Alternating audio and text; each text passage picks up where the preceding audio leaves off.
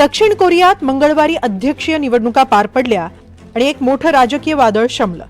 मंगळवारी तब्बल 79.4% मतदान झालं।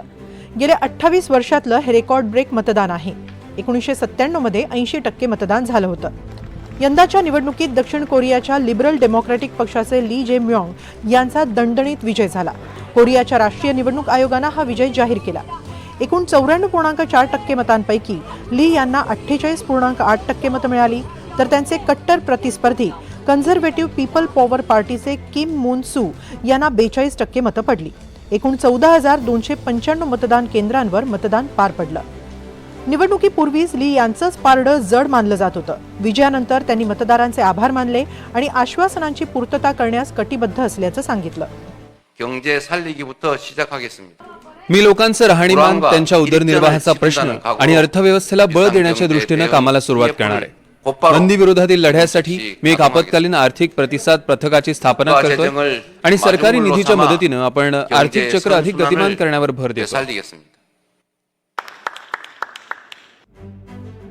तर परराष्ट्र धोरणावरही त्यांनी त्यांची भूमिका मांडली। विशेषतः कट्टर शत्रू उत्तर कोरियाबाबतही त्यांनी त्यांची भूमिका स्पष्ट केली।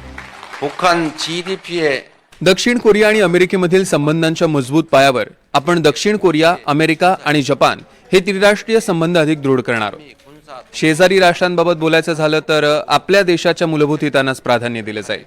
आपले राजनैतिक संबंध वाढवण्याबरोबरच आर्थिक विकासासाठी राष्ट्रीय प्रतिष्ठा वाढवण्यावर भर दिला जाईल। 대화 협력을 통해 한반도 평화를 ली जे म्योंग यांचा थोडक्यात परिचय पाहूया।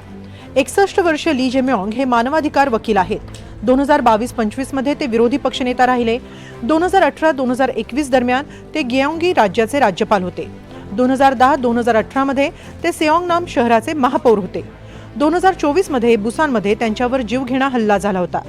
लहानपणी घरची आर्थिक परिस्थिती बेताची होती।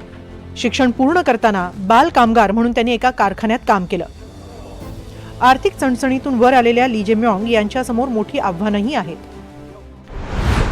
देशाची आर्थिक घडी बसवणं, भ्रष्टाचार रोखणं, वाढती आर्थिक असमानता रोखणं, बेरोजगारी कमी करणं, उत्तर कोरियाच्या आण्विक कार्यक्रमांचा धोका, अमेरिकेसह पुन्हा आर्थिक संबंध सुधारणं, अमेरिकेच्या टॅरिफ धोरणांचा सामना करणं, तसंच अमेरिका आणि चीन यांच्यासह संतुलित संबंध राखणं अशी मोठी आव्हानं ली यांच्यासमोर आहेत।